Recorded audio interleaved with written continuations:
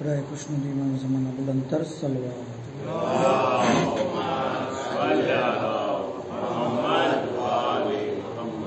رحم اللہ من کرا الفاتحہ.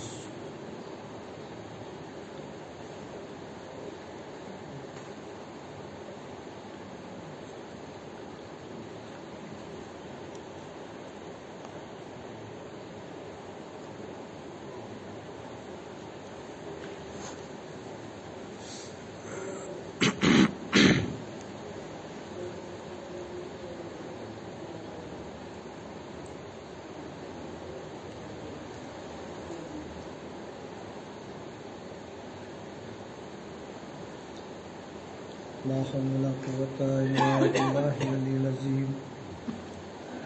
أعوذ بالله من الشيطان الرجيم. بسم الله الرحمن الرحيم. الحمد لله رب العالمين. الصلاة والسلام على أشرف الأنبياء والمرسلين سيدنا ونبينا حبيب الله العالمين أبي القاسم محمد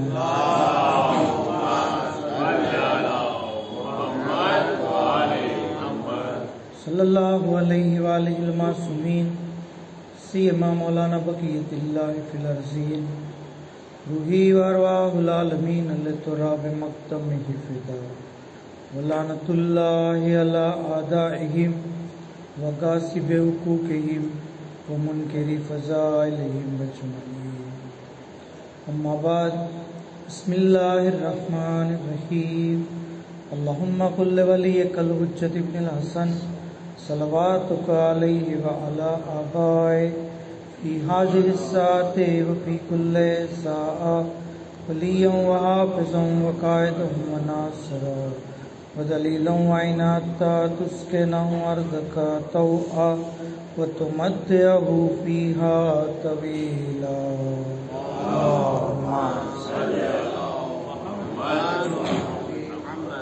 اما بعد قال اللہ تبارک و تعالی فی القرآن الکریم بسم اللہ الرحمن الرحیم. بقیت اللہ خیر لکم ان کنتم مومنین. بر محمد وآل محمد صلوات.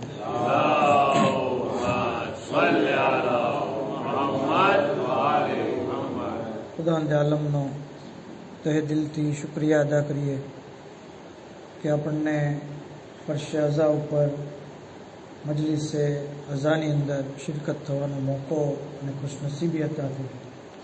پروردگار اپنی ادنا کوشش نے قبول کرے અને આવી રીતે મુસલસલ ذکر اہل بیت کرتا રહીએ તેના માટે આવાજ બુલંદ સલવાત.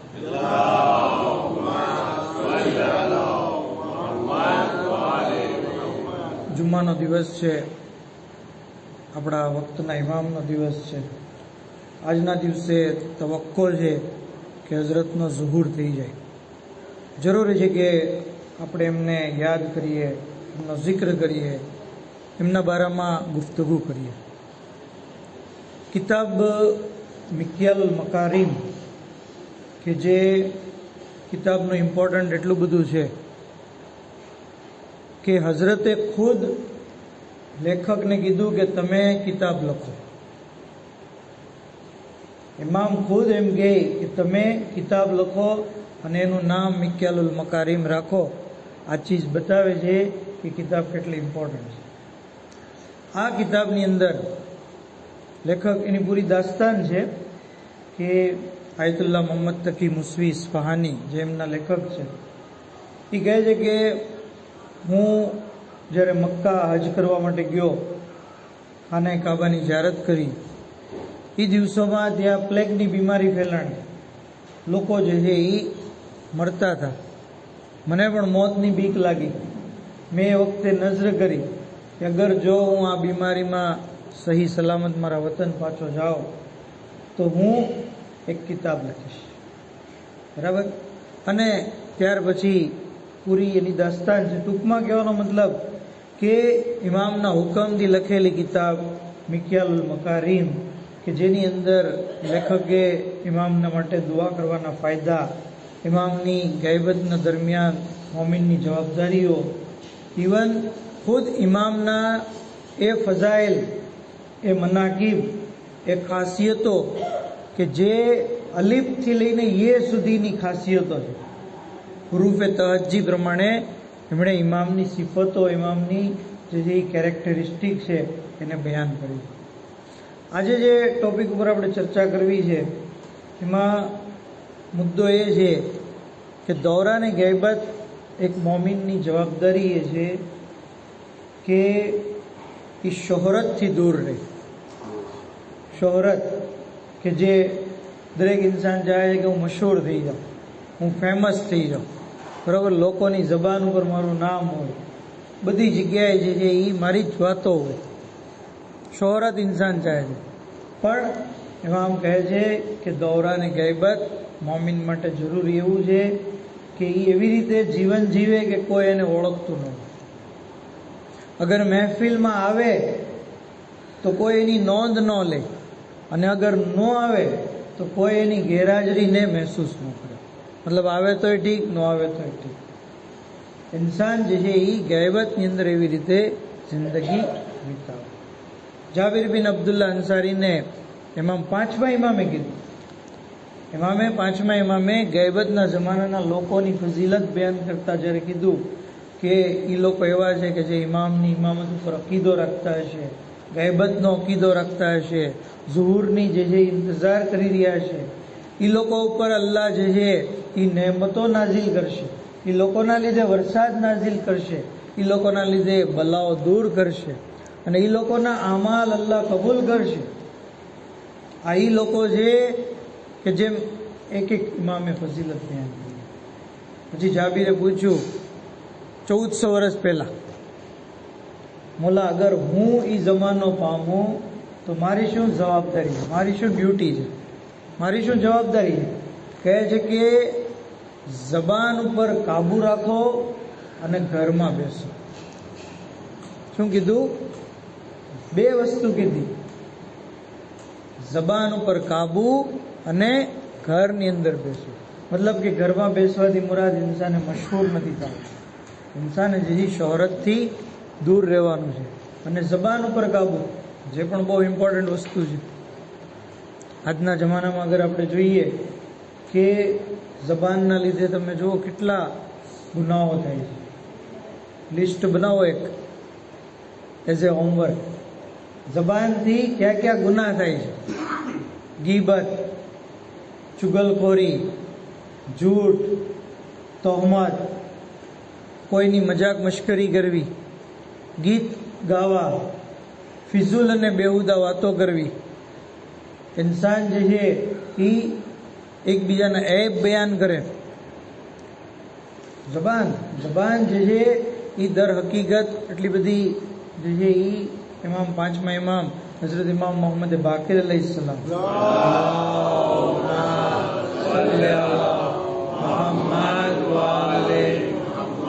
ફરમાવે છે કે ઇન હાઝલ લિસાન મિફ્તાહ કુલ્લ ખૈરિન વ શર્ર. બેશક આ જબાન ઈ દરેક ભલાઈ અને દરેક બુરાઈની ચાવી છે. ચાવીથી આપણે શું કામ કરીએ? એક રૂમની અંદર બધી વસ્તુ પડી છે, બરોબર, રૂમને તાળો મારેલો છે. હવે આપણે ચાવીથી તાળો ખોલશું તો વસ્તુ જે છે બધી દેખાશે, આપણને ખબર પડશે અંદર શું છે. એવી રીતે ઇન્સાન જ્યારે જબાન ખોલે છે ત્યારે ખબર પડે છે કે શું એના ઝહેનમાં ચાલી રહ્યું છે, શું એના દિલની અંદર જે છે એ રહ્યું છે. જબાન દરેક બુરાઈની પણ ચાવી છે, દરેક ભલાઈની પણ ચાવી છે. પછી ઇમામે કીધું કે તમે એની ઉપર એવી રીતે મોર મારી દો જેવી રીતે તમે સોના અને ચાંદીને મોર મારો. મતલબ કે જેવી રીતે આપણે સોનું ચાંદી હોય કોઈની પાસે ઘરેણાં હોય, બિસ્કિટ હોય, તો માણસ શું કરે? કંઈ ડ્રોઈંગ રૂમમાં રાખે નહીં. એ કબાટની અંદર તિજોરી, અને તિજોરીની અંદર તિજોરી હોય એની અંદર સ્ટોર કરીને રાખે. શા માટે? કારણ કે કિંમતી વસ્તુ. એવી રીતે ઇમામ કહે છે, જેવી રીતે તમે સોનું સાચવો છો એમ જબાનની જે છે હિફાજત કરો. એની પર મોર મારી દો, એને સીલ મારી દો, મતલબ જરૂર વગર બોલો નહીં. ઇન્સાન હદીસની અંદર છે કે બંદો જ્યાં સુધી ખામોશ રહી છે ત્યાં સુધી એની ગણતરી નેકુકારોમાં થાય છે. જેવું એનું બોલવાનું શરૂ થાય છે પછી જેવું બોલે છે એ પ્રમાણેની ગણતરી છે. અગર સારી વાત કરે છે તો નેકુકાર, અને અગર ખરાબ વાત કરે છે તો પછી તો બંદો જ્યાં સુધી ચૂપ રહી છે, ખામોશ રહી છે, ત્યાં સુધી એની ગણતરી નેકુકાર.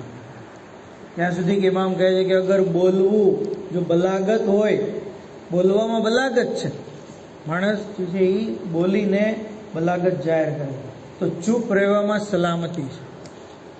ચૂપ રહેવામાં સલામતી છે. જ્યાં સુધી ચૂપ રહેશે બંદો ત્યાં સુધી સલામત છે.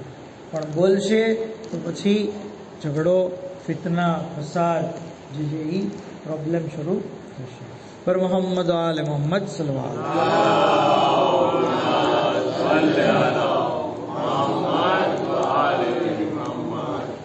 ત્યાં સુધી કે ઇન્સાન જે છે એ બોલવાની અંદર કીધું છે કે દરરોજ, આ એક અજીબોગરીબ રિવાયત છે, પણ ઇમામે જ્યારે ઇમામના કહેવા ઉપર આપણે જન્નત ઉપર ભરોસો રાખ્યો છે, જહન્નમ ઉપર આપણું ઈમાન છે, બરોબર, હૂર અને ગિલવાનો ઉપર યકીન છે, તો આ તો કોઈ વાત નથી. કહે છે ઇમામ કે દરરોજ સવારે ઇન્સાનની જબાન એના દીગર આઝાને ગુડ મોર્નિંગ કહે છે. કૈફ અસ્બહતુમ, તમે કઈ હાલતમાં સવાર કરી. શું કીધું? કૈફ અસ્બહતુમ, મતલબ જબાન પગને કહે છે, આંખને કહે છે, નાકને કહે છે, હાથને કહે છે કે તમે કેવી રીતે સવાર કરી.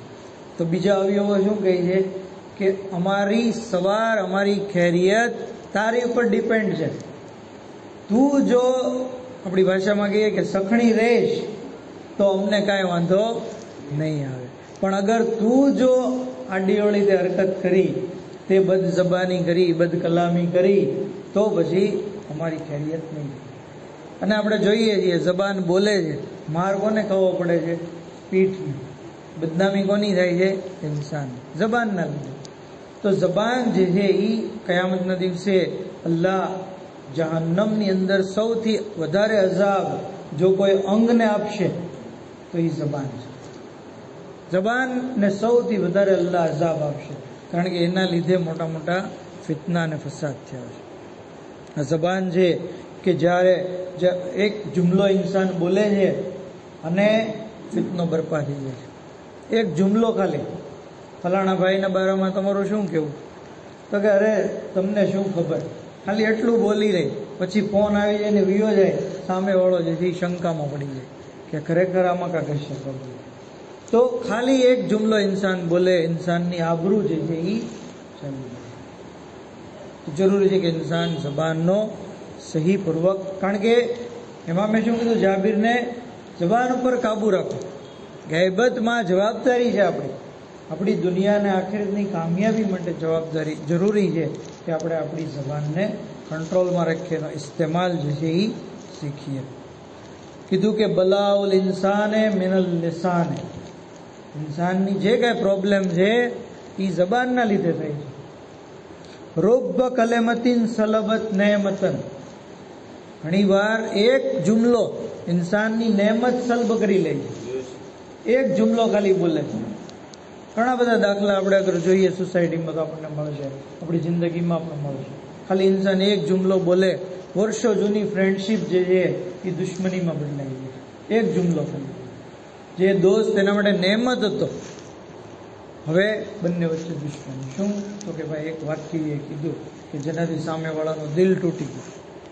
કીધું કે તલવારનો ઘા રૂજાઈ જાય છે પણ જબાનનો ઘા રૂજાતો નથી. માણસ 10 વર્ષ પહેલાની વાત યાદ રાખશે કે તેદી સાહેબ તમે આમ મને કીધું હતું. આ શું છે? કારણ કે જબાન જે છે એનો ઘા જલ્દી રૂજાતો નથી. તો બોલવામાં ઇન્સાન ધ્યાન રાખે, ઇન્સાન જે છે ચૂપ રહે યા જે છે સારી વાત કરે, મીઠી વાત કરે. મન અજોબ લિસાન હું કસરો ઇખવાન હું, જેની જબાન મીઠી એના દોસ્તો વધારે. હવે આપણે જોઈ લઈએ આપણી જબાન મીઠી છે કે નહીં. જો દોસ્તારો વધારે હશે, આપણા લોકો આપણી પાસે બેસવાનું પસંદ કરતા હશે, તો સમજવું કે આપણી જબાન સારી છે. પણ લોકો આપણાથી દૂર ભાગતા હશે, આપણા બચ્ચા આપણાથી દૂર, વાઈફ દૂર, પડોશી દૂર, દોસ્તો દૂર, તો સમજવું કે આપણી જબાનમાં કંઈક કડવાટ લાગે. આપણી જબાનમાં ઘણા લોકો નથી કહેતા કે શુગર તો એટલું બધું છે, લોહીની અંદર ખાંડ તો ફૂલ છે, પણ કંટ્રોલ એટલો બધો છે કે જબાન ઉપર આવવા નથી દેતા મીઠાશ. જબાન કડવી છે, લોહી જે છે એ મીઠું છે, પણ જબાન કડવી છે. આ ચીજ જે છે સમાજની અંદર આપણે જોઈએ.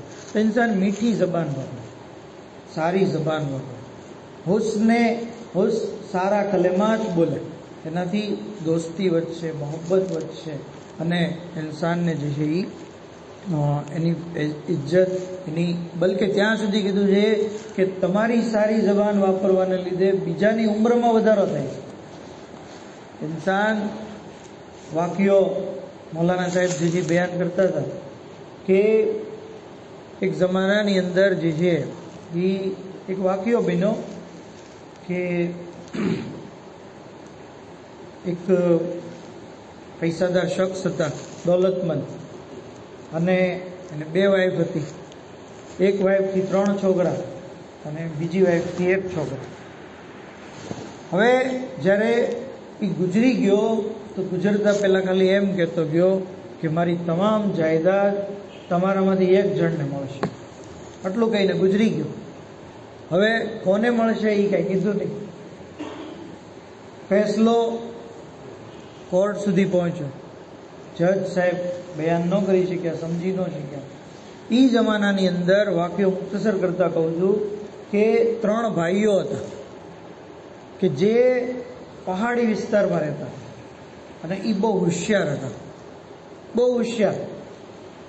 જ્યારે કાઝી કોઈ ફેસલો કરી ન શકે તો એ લોકોને એની પાસે રિફર કરતા, કહેતા કે તમે ત્યાં જાઓ. હવે આ લોકો, કારણ કે એ ભાઈ 3 ભાઈ હતા, પેલો ભાઈ નીચે પહાડની તળેટીમાં રહેતો, બીજો પહાડમાં થોડો ઉપર રહેતો, અને ત્રીજો જે ટોચ ઉપર રહેતો. પેલા તળેટીવાળા ભાઈ પાસે ગયા, કીધું કે ભાઈ આવી રીતના છે.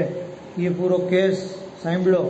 કીધું કે ભાઈ મને આમાં ખબર નથી પડતી, તમે મારા મોટા ભાઈ પાસે જાઓ. હવે આ ભાઈ જે હતા, નાનો ભાઈ, એની એજ જે છે એ 60 વર્ષની હતી, પણ એના વાળ સફેદ હતા, બધા વાળ સફેદ. તો આ લોકોને એમ કે જે મોટો ભાઈ છે એના પણ વાળ સફેદ હશે. પણ જ્યારે એની પાસે ગયા તો શું જોયું કે એના વાળ એટલા બધા સફેદ નહોતા. અમુક વાળ સફેદ હતા, બાકી કાળા હતા. એ જ્યારે કેસની સ્ટડી કરી તો કીધું કે નહીં, તમે મારા મોટા ભાઈ પાસે જાઓ, સૌથી મોટા ભાઈ. હવે જ્યારે એની પાસે ગયા તો જોયું તો એ તો જવાન હતા, દાઢીના માથાના બધા વાળ જે છે એ કાળા. કીધું આ લોકોએ કે ભાઈ અમારો કેસ મૂકો પડતો, પહેલાં તમે એ કહો કે તમે મોટા જોવો છતાં તમે જવાન કેમ લાગો છો, અને આ નાનો ભાઈ જે છે એ બુઢા જેવો કેમ લાગે છે? તો એ કીધું કે ભાઈ એનું કારણ એ છે કે મારા નાના ભાઈને જે વાઈફ મળી છે એ બહુ બદજબાન છે. એ હંમેશા જબાનથી એને અઝિયત દેતી રહી છે, જેને લીધે એના ઘરમાં જે રોજ જે છે એ ઝઘડો હોય છે, અને એના લીધે મારો ભાઈ જે છે એ બુઢો થઈ જાય. આ વચલા ભાઈને પણ એવી જ વાઈફ મળી છે, પણ એ થોડીક બેદી મૂડમાં હોય છે, અને બેદી જે છે એ કંકાસ કરતી હોય, એટલે એની જે છે હાલત છે. અને મારે અલ્હમ્દુલિલ્લાહ નેક, પરેઝગાર, દીનદાર, મુત્તકી જે છે એ બાઅખલાક પત્ની મળી છે, જેને લીધે મને એ કોઈ અઝિયત નથી દેતી, મારું ધ્યાન રાખે છે, મારો ખ્યાલ રાખે છે, એટલે જે છે હું આજે હાલ. તો આવી રીતે ઇન્સાન જે છે એ અગર પોતે બદજબાન હોય તો બીજાને જે તકલીફનો સબબ બની જાય છે. इंसान जी बीजानी अजियतनो सबब जरूरी है कि इंसान जबान ने कंट्रोल में राखे, मीठी जबान वापरे, जरूरी हो एटलू ज बोले, वधारे पड़तुं जे छे बकवास बेहुदा फिजूल वातो जे छे इंसान न करे। पर मोहम्मद आल मोहम्मद सल्लल्लाहु अलैहि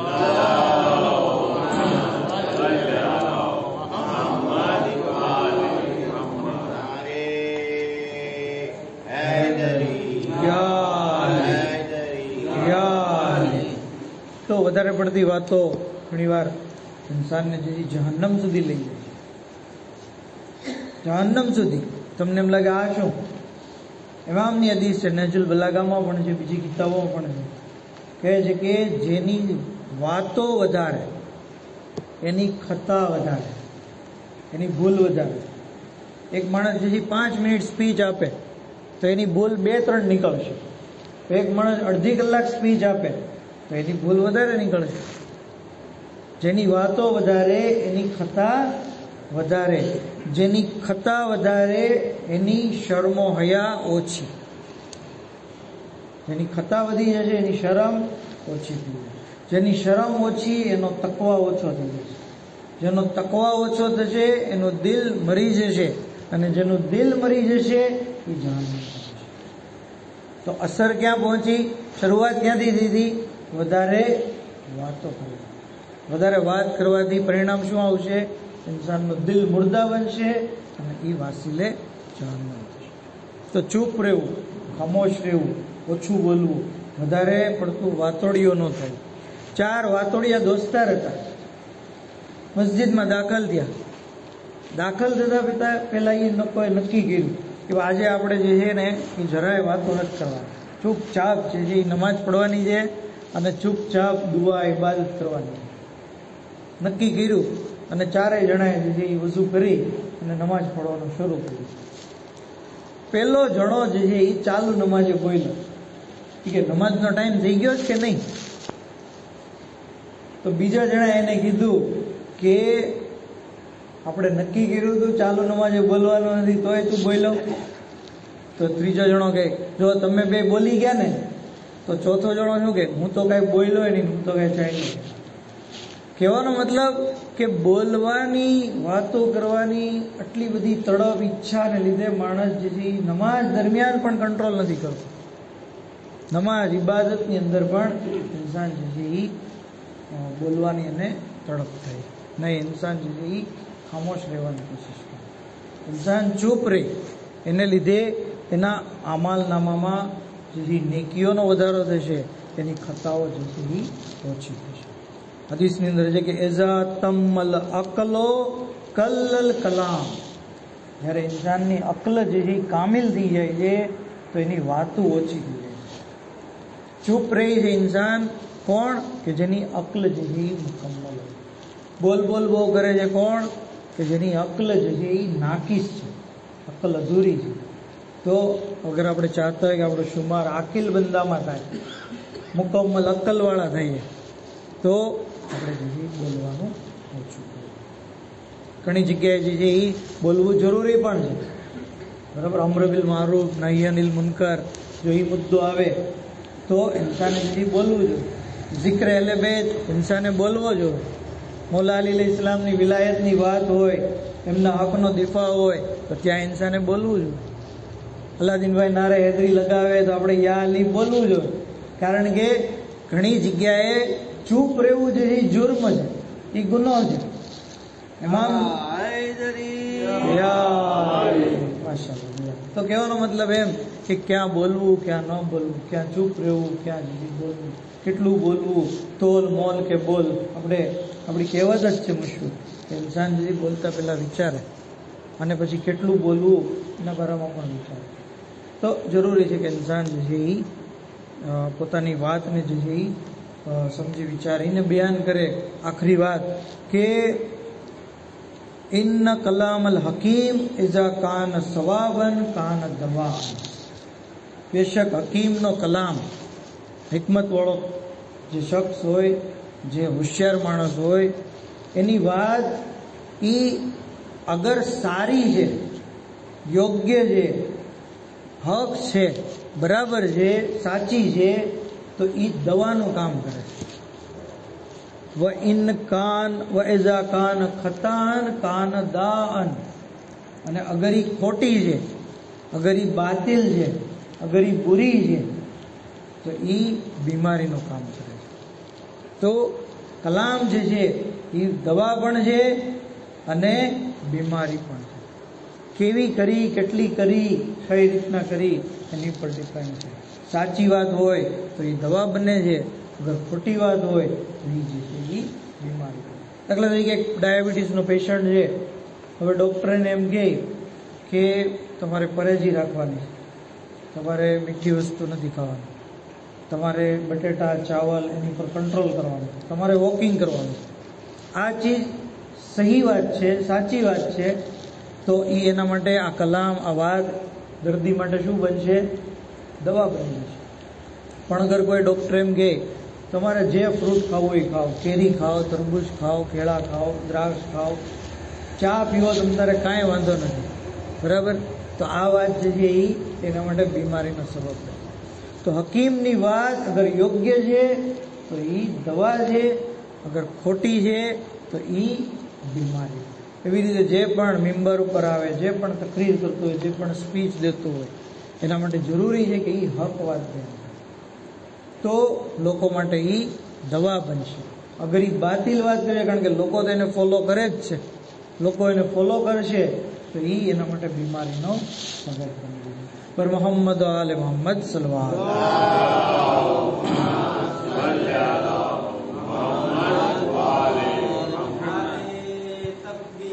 અલ્લાહુ અકબર, યા રસૂલ અલ્લાહ,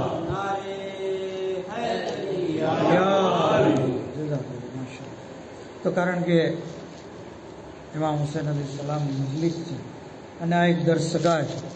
આની અંદર ઇન્સાનને અકાયદ, અહેકામ, અખલાક વગેરે બાબતો જ જાણવા મળે છે. અને આ જ દીનને બચાવવા માટે સૈયદુશ શુહદા અલૈહિસ્સલામે કુરબાની કરી. અને આજે એમની મજલિસો આ દીનનો દિફા કરી રહી છે. આજે એમનો જિક્ર આ દીનનો જે પ્રચાર કરી રહ્યો છે. હા જગારો આપણે જોયું હતું કે મુસીબતો ઇન્સાનને ઝઈફ બનાવી દે છે. પરેશાનીમાં જે ઇન્સાન વધારે રહેતો હોય, તકલીફોમાં રહેતો હોય, બલા અને મુસીબતોમાં ઘેરાયેલો માણસ ઝઈફ બની જાય છે, કમજોર બની જાય છે. અને વાકીએ કરબલા જે છે એ આ ચીજની સાબિતી છે. લૂંટાયેલો કાફિલો જ્યારે કરબલાથી કુફા પહોંચ્યો અને કુફાની અંદર ઇબ્ને ઝિયાદના દરબારમાં દાખલ થયો. ઝદારો ઇબ્ને ઝિયાદે પોતાના દરબારને શણગારવાનો હુકમ દીધો, શણગારવાનો હુકમ દીધો. અલી અને ફાતિમાની બેટીઓ આવી રહી છે અને આ ઝાલિમ પોતાના દરબારને શણગારી રહ્યો છે. આ ઝદારો જ્યારે કાફિલો દરબારની અંદર દાખલ થયો, હાલત એવી હતી કે ઇબ્ને ઝિયાદ તખ્ત ઉપર બેઠો છે, તશ્તમાં ઇમામ હુસૈન અલૈહિસ્સલામનું સર રાખેલું છે, ઇબ્ને ઝિયાદના હાથમાં એક કાંટાવાળી છડી છે અને એ છડીથી ઇમામ હુસૈનના લબોને મારી રહ્યો છે. દરબારની અંદર એક સાહાબી રસૂલના હતા, એ બેઠા હતા. કીધું એ ઇબ્ને ઝિયાદ ખુદા તારી ઉપર લાનત કરે, મેં પોતે મારી આંખોથી જોયું છે રસૂલે ખુદા હોઠોને બોસો દેતા હતા. ઇબ્ને ઝિયાદે છડીને હટાવી લીધી. હવે ઇબ્ને ઝિયાદે છડીથી ઇમામ હુસૈનની દાઢી મુબારકને હરકત દેવાનું શરૂ કર્યું અને ઇમામ હુસૈનને મુખાતબ થઈને કીધું કે એ હુસૈન, આ ઝઈફી કેવી રીતે આવી ગઈ? અરે દાઢી સફેદ કેમ થઈ ગઈ? મેં જ્યારે જોયા હતા તો તમારી દાઢી કાળી હતી. અરે જેવું ઇબ્ને ઝિયાદે બયાન કર્યું, એક ખૂણામાંથી જનાબે ઝૈનબ કમર પકડીને ઊભા થયા. કહ્યું એ ઇબ્ને ઝિયાદ, મારો ભાઈ બુઢો નથી થયો. અરે જવાન ફરઝનની શહાદતે હુસૈનને ઝઈફ કરી દીધો. હાઝાદારો અલી અકબર જ્યારે ઘોડાની ઝીન ઉપર હતા, હુસૈનની દાઢી કાળી હતી. જ્યારે ઝીન ઉપરથી જમીન ઉપર આવ્યા અને એડીઓ રગડવા મળ્યા, હુસૈનની દાઢીના વાળ સફેદ થઈ ગયા, મરસીઓ પડ્યા. અલદ દુનિયા બાદ કલફા, એ બેટા અલી અકબર, પછી આ દુનિયા ઉપર ખાક છે. અલી અકબરની લાશ લઈ હુસૈન ખૈમા તરફ આવ્યા. એક બાજુ કાઝિમની પામાં લાશ રાખી, એક બાજુ અલી અકબરની લાશ. ખાકે કરબલા ઉપર સજદો કર્યો. ખુદાયા હુસૈન ગરીબ થઈ ગયો. અલા લાનતુલ્લાહ અલલ કૌમિસ ઝાલિમીન وسيعلم الذين ظلموا أي منقلب ينقلبون إنا لله وإنا إليه راجعون. پروردگارا بحق محمد وآل محمد ہماری مختصر عبادت نے قبول فرما. ہمارا گناہ نے کبیرہ نے صغیرہ نے معاف فرما. الہی بحق محمد وآل محمد وارث حسین امام زمان علیہ السلام نے ظہور میں جلدی فرماؤ. حضرت نادنا خادم و معمر شمار فرماؤ. معبود بحق محمد وآل محمد شیعان علی محبان لبیت جہاں پر ہوئے تمام نے جان مال عزت آبرو کی حفاظت فرماؤ. بیماروں نے شفا کلی عطا فرماؤ. مرحومین کی مغفرت فرماؤ. جنت البقی کی تعمیر માટે اسباب فراہم فرماؤ. دنیا میں زیارت امام حسین اور آخرت میں شفاعت امام حسین نصیب فرماؤ. وآخر دعوانا الحمدللہ رب العالمین.